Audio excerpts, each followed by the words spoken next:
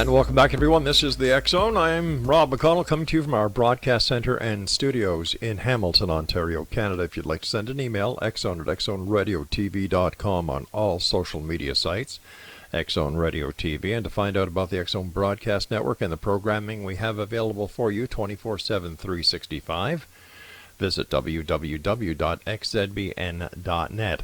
And we're coming to you around the world tonight on the X Zone Broadcast Network, iHeartRadio, Talkstar Radio Network, Mutual Broadcast Network, Simul Radio, and Simul TV. Exonation, our two guests this hour are Josette Madia and Tonya Madia. And to both of you, welcome to the X Zone. Thank you. We're real happy to be here. Tell us a little bit about yourself, ladies first. Tonya? I am a psychic medium, an author. I'm also a massage therapist and yoga teacher. And how did you get involved in the paranormal? Well, the paranormal just kind of has been happening for me since I was really young. So basically from the time I was, as early as I can remember, around the age of 5, I had experiences happening, and they just kind of followed me my entire life until sometime in my 40s I decided I was going to figure out what it was all about. And how about you, Joey? What's your background, and how did you get involved in the paranormal? So I actually come from a performing arts background. I'm a content creator with a specialty in the mechanics and structure of storytelling. And I had a very mundane life as far as nothing paranormal really happening. When I was 16 years old, had a very odd experience with a Ouija board. But it wasn't until I got together with Tanya and we wound up visiting Point Pleasant, West Virginia, that the whole world of the paranormal opened to me. So that's been probably about 10 years. So I understand that you've written a number of books, Joey. Tell us about them. Okay, so I've written some nonfiction books about the mechanics of storytelling. Right. I've written a couple of fiction books. So one is a Knights and Dragons tale, sort of like a J.R.R. Tolkien kind of thing. The other one is a postmodern fallen angel vampire novel.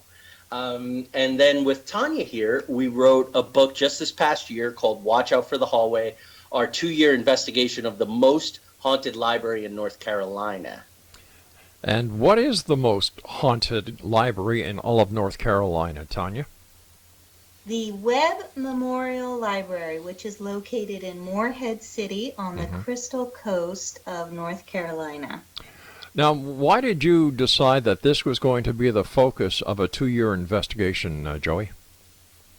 So it didn't, really start out that way. It was a lot of synchronicity and happenstance. So Tanya's been subject to the paranormal, as sensitive her entire life. And when we got together, she sort of acts as a psychic battery for places. So it's not that we have lived in a series of haunted houses, but we're very sensitive. And in the past 10 years, being with her and our daughter, who's also a psychic medium, she's 19 years old, we began to experience more and more things. So we began to investigate. We had an experience 9 years ago with an interdimensional being in Point Pleasant, West Virginia. And then we were mentored. We were lucky enough to be mentored by the likes of Rosemary Ellen Guiley and other people like that. And so when we moved to the Crystal Coast of North Carolina as a content creator, I got together with a historical education company. And one of their mothballed events was this investigation where you could take the public into this very haunted library. So Tanya and I had an audition with the owners of the program, which we passed.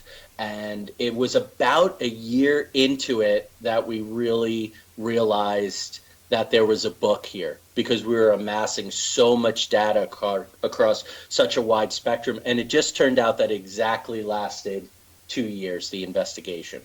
Now, what formal training do either one of you have as professional investigators or scientists? Tanya, you want to start? So, as Joey mentioned, after we had seen the interdimensional being in Point Pleasant, West Virginia, we spoke to some locals in Point Pleasant who knew of some paranormal investigators. Right. And they connected us with those individuals, one of whom, who Joey mentioned, was Rosemary Ellen Guiley. But there were several other people who had been doing this for quite some time and had amassed just decades of research experience and so forth. So They really trained us. We went on several investigations with them and just kind of observed for several years and just watched what they did and took notes. Okay. And then Joey and I, of course, have just been reading about and studying about a lot of these things. My grandmother was a psychic medium. She taught me from a young age about a lot of things that I now apply during our psychic investigations. Well, hold on here just for a second. So to answer my question, you have no professional training in either the art of investigation or science, right? We have no professional training Okay. in science. Okay. Yeah. All right. So, Joey, what makes the Webb Library so haunted? So there's several factors.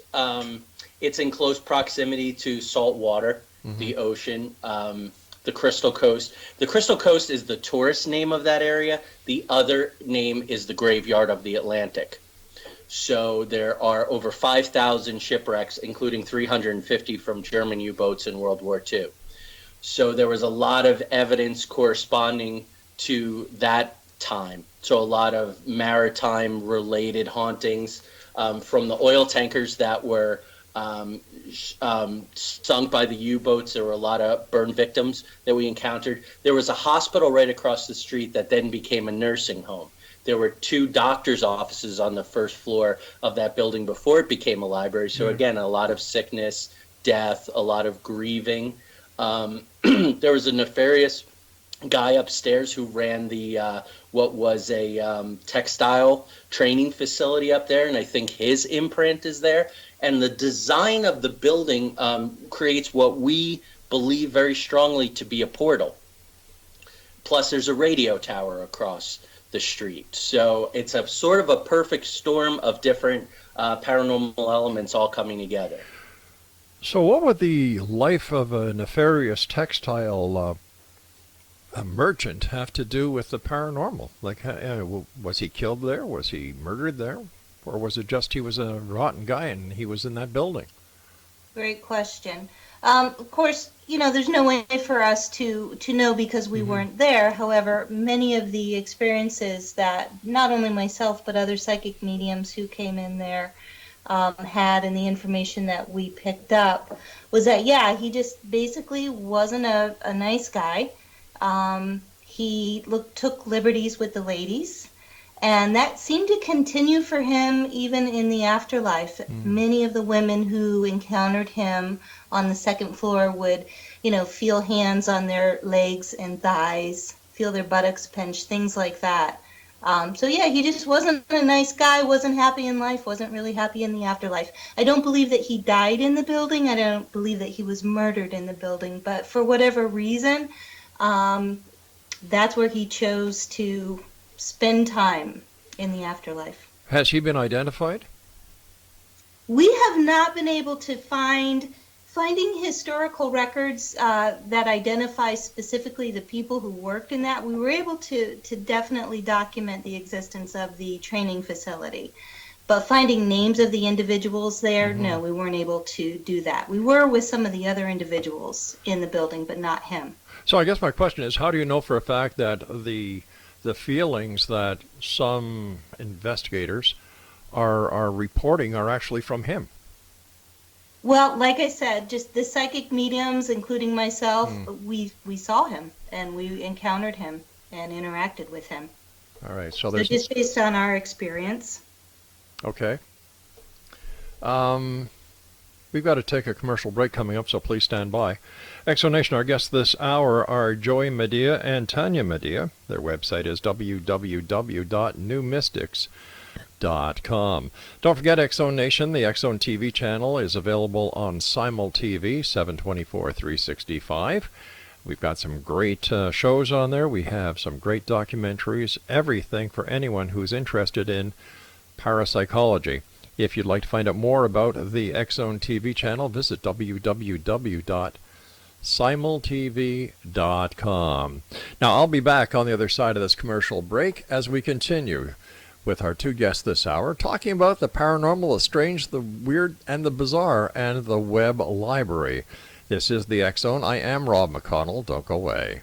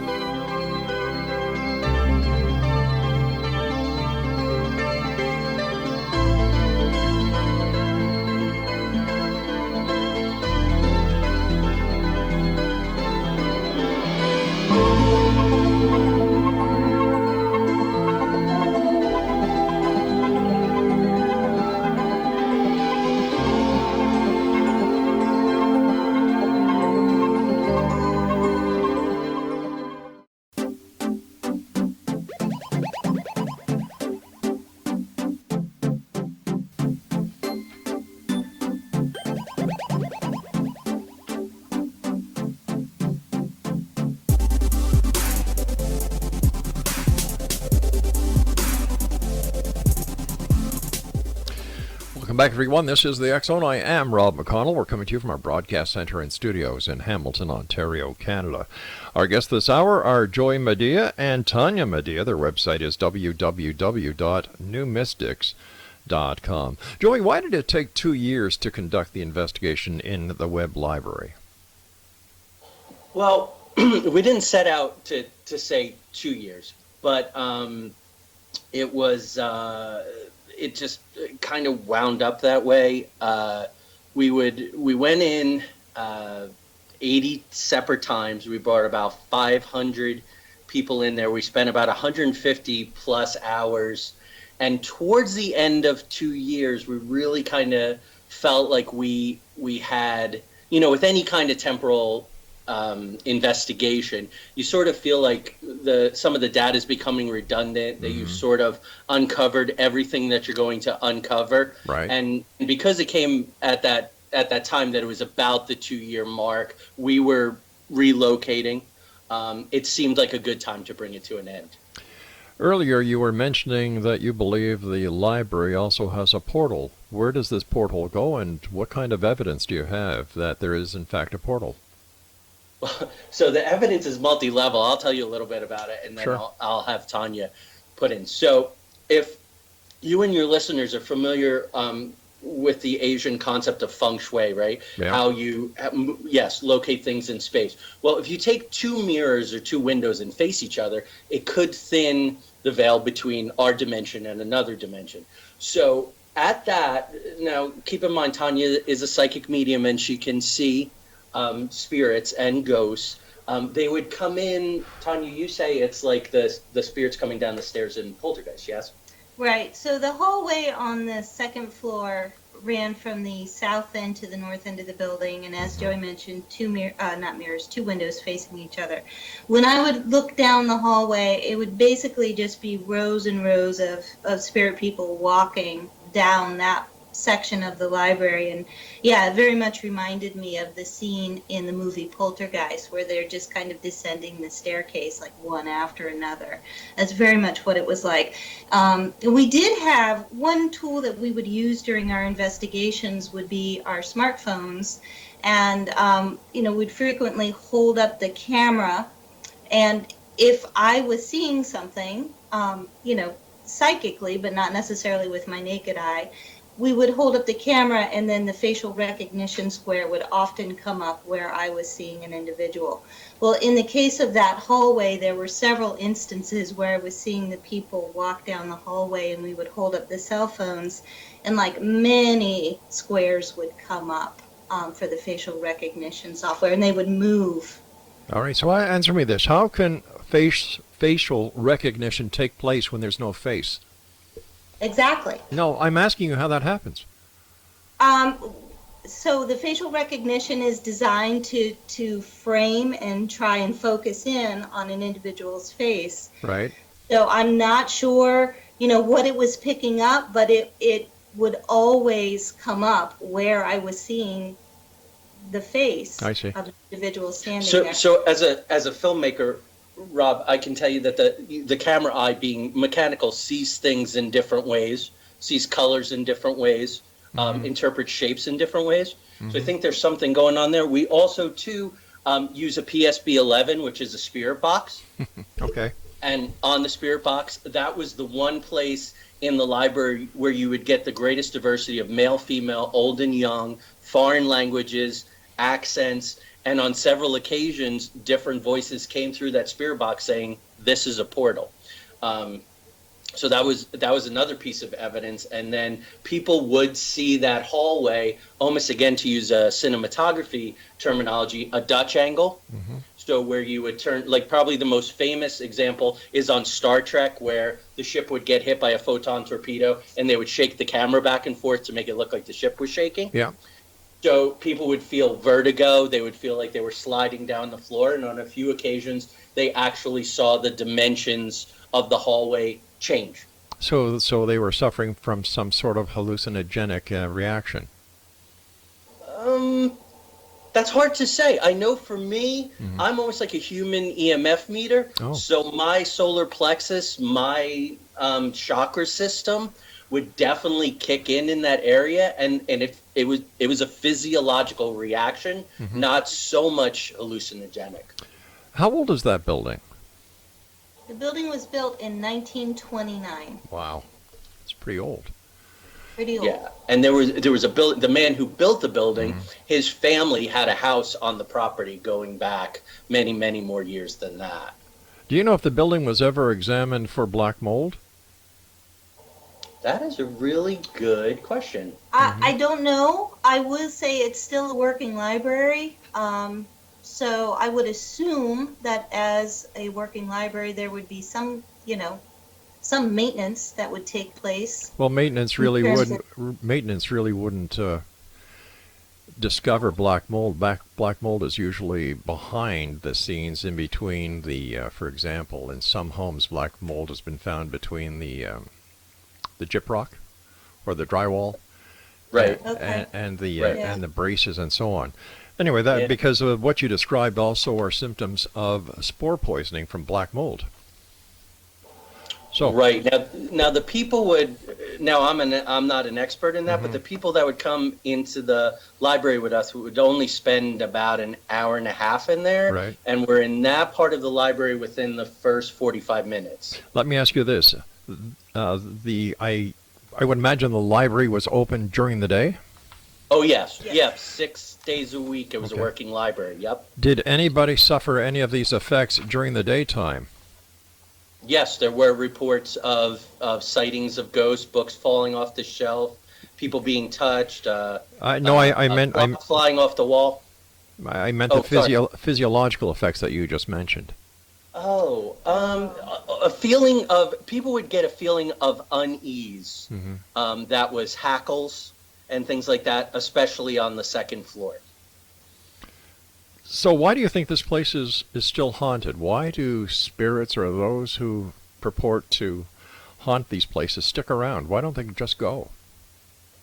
Well, it seems to me that most of the people that we encountered there at the library had either some sort of attachment either to just who they were as a living person, right. And they just weren't ready to let go of that. Some of them had an attachment to the place itself. For some, it was a combination of both. We also encountered people who just seemed to be confused and weren't really aware yet that they had passed over. We encountered a couple of people like that. And some of those people, I believe, had passed from the nursing home that was across the street there. Why would people who died across the street haunt the building on the other side of the street? I don't understand that. It's a great question. So again, we talked about all the different elements of the Webb Library, with there being a portal, just really the entire area, which that particular area is called the Promised Land. It spans several blocks. So we did speak with many of the people who grew up in that area, and they would come and give us their accounts of not only the library, but they would say, not only is this library haunted, but I grew up 2 blocks down and my house was very haunted as well. So I don't think it's just the library. I think it's that entire area there for whatever reason. Who knows? Like, nobody can really say why is any particular place more active than any other place. But, we just have some theories about why that would be. Now, were building inspectors ever brought in to try and work out on why there were problems or why there was hauntings or why these phenomena were happening? No. Other paranormal groups would go in. It's a well-known paranormal hotspot. There's also high strangeness attached to it with UFOs, interdimensional beings, spectral MIBs. But no, it's never been a problem. It's not a place where people are in danger. So it's a tourist location. They would prefer, I think, that it was not a tourist location, but it does have a bit of a reputation, especially since our book came out 5 months ago, drawing even more attention to it. But never a situation where it was so problematic that they would feel like they needed to bring in someone to solve it. Isn't that strange? Because if people are getting sick, or there's the possibility of a health hazard in a building, and the proprietors of the building or the municipality isn't interested in finding out what it is or what is causing it, I find that as a cause of concern. Well, I'm not sure that really anybody got sick per se. I think people had, sensations that lasted until they, exited the building, but it's not like the staff who worked there were becoming ill or anything like that. It was just in that specific area on the second floor, in that one part of the hallway where people would get vertigo and so forth. But I don't think that people were becoming ill. Right. Like chronically ill. Yeah, I agree with that. And it would be a two-story building? Yeah. It is, with a basement. And a roof. And the basement was the most inactive area of the building, and it was small and cramped, and sometimes we brought as many as 20 people in there. So we didn't spend a lot of time in the basement, but technically it's, 2 floors and a basement. All right, stand by. We've got to take our news break. Exo Nation, our guests this hour are Joey and Tonya Madia. Their website is newmystics.com, and we'll both be back, all three of us, on the other side of this break as we continue here in the X Zone from our broadcast center in Hamilton, Ontario, Canada. I'm Rob McConnell. Don't go away.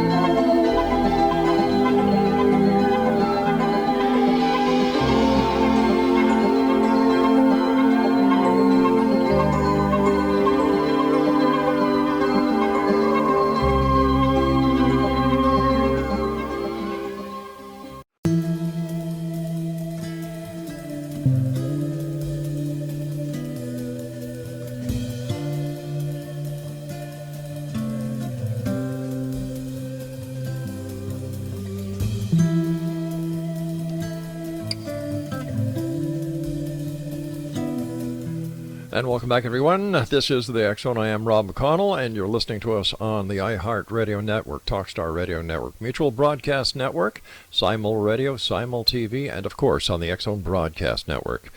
Our guests this hour are Joey and Tonya Madia. Their website is newmystics.com. What was your most exciting or fearful experience that either one of you had at the Webb Library? Wow, there were several. I would probably say my first encounter with the gentleman that we discussed earlier on the second floor. Okay. Yeah, he was pretty intimidating at first, and then over time I decided that really he was just a bully and I wasn't going to be intimidated by him. But those initial encounters with him were pretty frightening. He would sort of lunge at me and scream in my face. So that's not very nice. No, it wasn't very nice. And I wasn't the only one. As I mentioned, some other psychic mediums who came along with us on various investigations had similar experiences with him. But it seemed like after a while, when I was just kind of unfazed by it and decided that, I just wasn't going to let him ruffle my feathers, it kind of subsided. So that was good. And for me, about a year into our investigation, so the summer of 2017, there were some UFO sightings in conjunction with some sightings of interdimensional beings or experiences we had in the spectral men in black that I mentioned, following which for about 2 months, we had what I described as a horde of angry male spirits that congregated on the opposite side of that portal hallway. And at one point, we almost shut the investigation down. They were very unsettling. They would curse and threaten during the through the PSB-11, through the spirit box. They really made people feel uncomfortable, especially women, that they were being looked at, that their space was being invaded. And to me, that was the most frightening thing. They weren't demons. They were nothing but spirits and ghosts of passed on men who had retained their anger in the afterlife and had sort of congregated together on the heels of this other high strangeness. So what's the difference between a ghost and a spirit? So a ghost is really someone who hasn't moved on yet. So like I mentioned before, ghosts are spirit people who really still have an attachment for whatever reason. They might be attached to a location. A lot of times I think they're still attached to their personality, the ego of who they were when they were living. So they've decided for whatever reason that they're not going to move on. Spirits, on the other hand, have moved on and are, what we consider on the other side in the spirit realm, with the other spirit people who assist us, guides and so forth. And they can come and visit us, but they don't dwell here on this plane. Okay, so why would they be together, and why would they kind of be angry? So we were able to communicate with some of them. One we knew for sure felt like he had died too young and was robbed of his life, and he was very, very angry about that. Right. Why we feel like they congregated goes back to the idea of this portal. So if you're, and I'm a storyteller, so I deal in metaphor sometimes to help, illuminate these abstract ideas. But the way I see it is a lot of it is the darkness, and here is this light, this portal that's on, and I think they get attracted to it. And I think because of this foreman who was very, very angry, when he left, I think it kind of caused a void. So we had a Toltec trained shaman who we were close with, that we had studied with for a long time. He came to the Webb to visit, and he said that textile guy was sort of like the grumpy old uncle. Well, a grumpy old uncle in a family does serve a purpose. He kind of keeps everybody in line, and if anybody's going to be grumpy, it's going to be sort of him. Right. So when this textile guy moved on, I think it kind of opened up a void where some other things came in. And like I said, through MUFON, we found out that around that same time there was a UFO sighting. So there was this multi-layered high strangeness, and I think the energy of that second floor, because of the death, because of the suffering, because of that textile guy, it like attracts like sometimes, and I think that they wound up clustering there for a time. So why did they stay on the other side of the street? Why didn't they enter the building and go to where the portal was? Oh, they did. They were in the building. So when I say the opposite, I'm sorry, when I say the opposite end of the hallway, so the entrance of the portal, which faced the hospital, which just beyond the hospital was the water. So you had the water where oftentimes the UFO sightings were. You had the hospital that became the nursing home. Across the street, then you have the window, which we think served as the portal into the library. Gotcha. Then when you went down that hallway from south to north, at the far end of that hallway, that's where they congregated. I'm sorry I wasn't clear. The UFO connection, can you tell me about that? Sure. So there were two different instances where we had the UFOs come in, and I just want to check my notes here so I get the dates right. Sure. So one was on, and you can check this on the MUFON website, was October 1st of 2016. And that's before we really began to experience some elevated activity on the second floor. The second one was on July 13th of 2017, and that was a New Fork report. So for people who don't know, that's the National UFO Report Center. And 8 days after that is when we experienced the interdimensional being and the spectral MIBs. Describe the interdimensional being. Go ahead, Tom. So when I was initially seeing this being, I really couldn't get my head around it. So I really didn't say anything at the time to the group because it was just so weird and unusual that I didn't say a word about it. On that evening, there was another psychic medium with us, and she was looking at the same spot that I was looking at, and she turned at me and said, "Do you see that hairy, fanged creature standing there? What is that?" And she described exactly what I was looking at, although, like I said, I didn't say anything because I had no idea what I was looking at. But it basically looked like a stocky, round-bellied, fur-covered, pointy-eared humanoid creature. It made absolutely no sense to me, but that's what I saw. How come it was only the psychics who saw that and not the rest of the investigators? We were seeing psychically, so we weren't seeing it with our naked eye.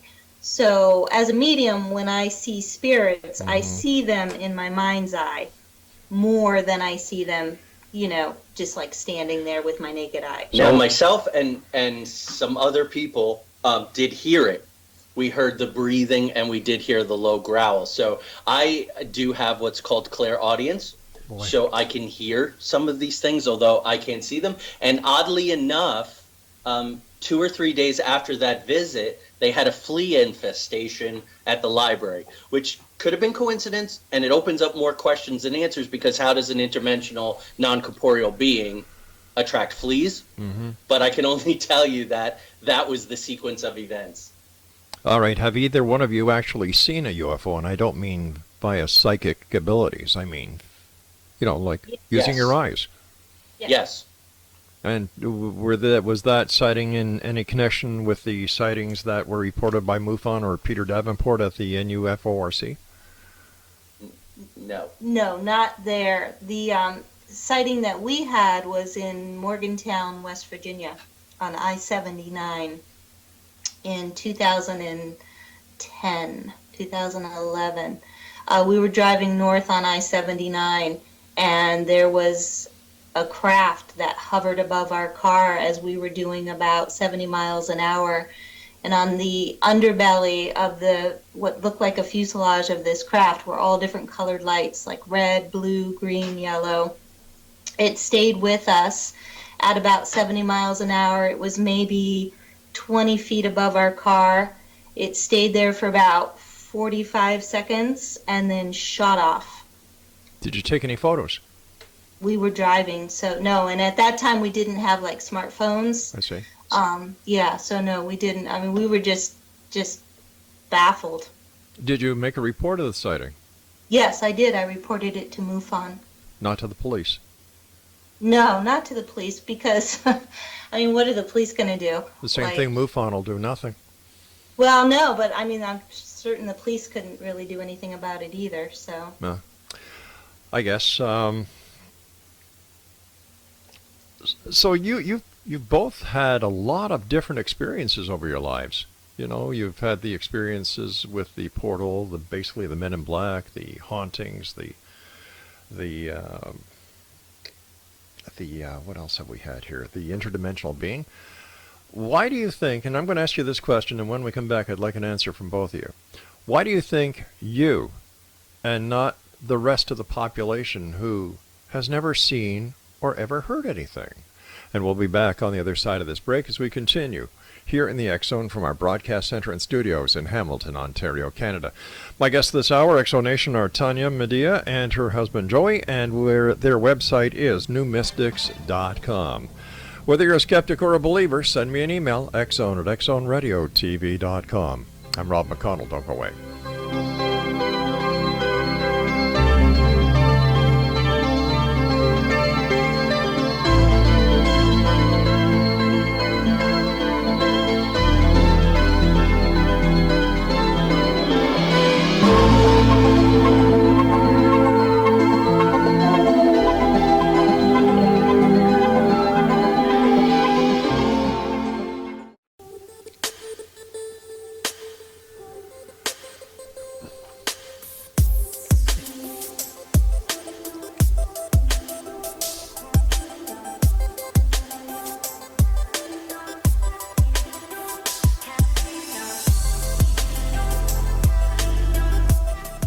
X Zone Nation, 3 new TV shows on the X Zone TV network channel starting in February. Number 1, you have Paranormal Court TV. Number 2, you have Ghost Diaries. And number 3, Witness to the Paranormal. Also starting in January, a brand new radio show here on the X Zone Broadcast Network, Heart to Heart with Dan and Angela Clark. For all the programming information that we have and all the new shows we have coming on board, visit www.xzbn.net. Tanya and Joey Madia, our special guest, their website is newmystics.com. I guess one of the problems that people have when it comes to understanding the claims of those who have paranormal experiences, how can something that is invisible not, touch, how can somebody feel the sensation of a hand when there's nothing there that they can physically see? How can you hear footsteps when there's no mass? How do you answer these questions? Well, I guess the first thing I would say is, there are a lot of things that exist in the universe that we can't see, but yet they exist. Such as? Electricity. Yes, but we also know how electricity works. Right, but just because we haven't figured out how this works doesn't necessarily negate its existence. But if paranormal investigators are able to have conversations with spirits or ghosts, can't they tell how this works? Well, we're developing some theories, and I think that quantum physics comes into play. Everything is energy, and we are in a dense energy, low vibrational, because we're contained in this heavy matter suit that we call the human body. Once we're released from that, consciousness, energy, right? Energy is neither created nor destroyed. It simply changes form. We do have sensing systems in the human body that go beyond the typical five senses. And but how do we? I understand the aspect of quantum physics. Right. But applying that to the world that we know right now, how do we justify the claims of paranormal investigators? Through the cross tabulation of data. So you do have voices come through PSB-11s. You do have psychic mediums who see and hear these things. They are energy, so they are measurable. There is some photographic every now and again. There's some video or photograph evidence. There is the reports of hundreds of thousands of people, probably through time, organizations like MUFON and all of that. It's really hard to ignore that something's going on because so many people are seeing it and they're not getting anything out of it. They're getting questioned. Their sanity is getting questioned. And because I can understand it, because all these claims that are made are without any established scientific verification. You've got a bunch of people out there making claims, no disrespect meant, but who really have no idea of what they're dealing with. They are not fully trained investigators. I was a police detective. I worked criminal crime scenes. I know what is involved in the establishment and the maintenance and securing of evidence. It takes years. You just can't go on the internet or I don't understand how people can actually not understand why John Q. Public is not as enthused about their findings as the paranormal investigators are, when there's no member of the scientific community that I'm aware of that has actually reviewed the evidence that says, ghosts are real. Right. Well, I'm sorry. I completely understand what you're saying. Yeah. Just because we currently don't have the technology, maybe in our lifetimes there will never be the technology to, beyond the shadow of a doubt, confirm the existence. All I can tell you is that for people like me and many people that I know, many people that I work with, right, we know what our experience is. I personally don't care whether anyone believes me or not. I'm just telling you my truth. This is what I experienced. It's totally up to whomever, whether they want to believe that or not. That's fine. That doesn't affect me at all. But I can tell you that there are a lot of people who have these experiences and they want to understand at least, like, what is this? Or, what I mean? Like, why am I having this experience? So there are a lot of people who do have these experiences. Nobody can say with any kind of certainty. You're absolutely right. There is no scientific way right now to really break this down and study it and find out exactly what's at the heart of it. But it doesn't mean that people aren't having these experiences.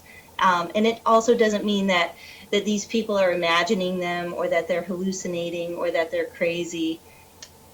at all. But I think that there are a lot of people out there who have experiences, and they're afraid to even talk about it. But what happens? What happens if all these investigations keep going on and there's no evidence to substantiate any of these claims, scientifically or otherwise? Rob, so here's my feeling. Okay. I agree with Tanya that we're not evangelists in the sense that it's not our mission to convince anyone of anything. But I do believe that it is our responsibility. So I have a background in social justice, in creating plays and material to present for young people where the stakes are very high. So although I'm not a trained police detective or a forensics or trained in science, I do know how to research, how to interview, how to cross-tabulate data, to use, people's experiences, the electronic experiences, the historical research. So in our book, and one of the highlights for the publisher was the fact that we have 2 chapters where in detail we talk about the different forms of research that we're using. So I'm pretty confident that Tanya and I have a certain integrity that we bring to it. We understand the difference between cynicism and skepticism. Right. I am a skeptic. I'm just starting now, after almost 10 years, to be able to see glimpses of non-corporeal beings, after never being able to do that before. I think, though, with NASA mapping portals, I think with D-Wave Kratom quantum computers, where Jordy Rose, who's the CEO of D-Wave, is talking about going into parallel dimensions, I think that it is time to close the gap and to have conversations where these things are possible. And it's always interesting for me where people say, well, the scientific methodology does not substantiate these things. I think we're dealing with something where our current scientific tools are maybe not applicable or up to the demands of this, and we need to start looking at legitimate alternative, like the cross-tabulation I'm talking about. Why shouldn't historical research, interviews with people, we have to make a decision. As a detective, when you interviewed somebody, you had to make assessments on whether or not they were telling the truth. Based on evidence. Right, and we over the course of the 2 years, as cataloged in the book, gathered a lot of evidence that was not a standalone thing, but we tried to at least try to triangulate as much as we possibly could. So what is your ultimate hope after people read your book? That I guess that they start at least considering the possibilities of these things, or if they're going to go off and do this work themselves, that they adopt some integrity of doing it. Because unfortunately, some people have read the book and then gone out and thought that they could do it and didn't apply the techniques and do the proper energy protections and things like that, and had some problems. So I think it's twofold, that people will start thinking about these things, because we take them very seriously, as we take anything else in our life. Tanya is a licensed healer in a lot of different healing modalities. I'm formally trained through college and 30 years of practical experience in the things that I do with storytelling, teaching, training, advocating. And we brought those same integrity and that same sense of responsibility. We don't make any hard or fast comments. Someone read the book and came back and said, I really wish you had buttoned this up better. And I said, but you really can't, because this is a thing that we're just trying to begin to really understand this phenomena. So it would be irresponsible to say that's definitely what this is. All right, I want to thank you both for coming on to the show tonight. And Exonation, if you'd like more information on our guests, please visit their website at www.newmystics.com. And here's another example of people who really have no training whatsoever, spending 2 years in a library that, let me see, is haunted, has a porthole. They've encountered, there's been UFO activity. They've witnessed a UFO. Let me see, what was that? The UFO was about 20 feet above their car. It stayed there for 45 seconds, and they didn't bother to call the police. All they did was make a report to move on. Whoa, now that's what I call credibility. We'll be back on the other side of this commercial break with the news as we continue here in the X Zone from our broadcast center and studios in Hamilton, Ontario, Canada. Maybe one day, X Zone Nation, maybe just one day, we'll get somebody who wants to do more than flog their books on this show that actually knows what the hell they're talking about. Wouldn't that be nice? I'm Rob McConnell. Don't go away.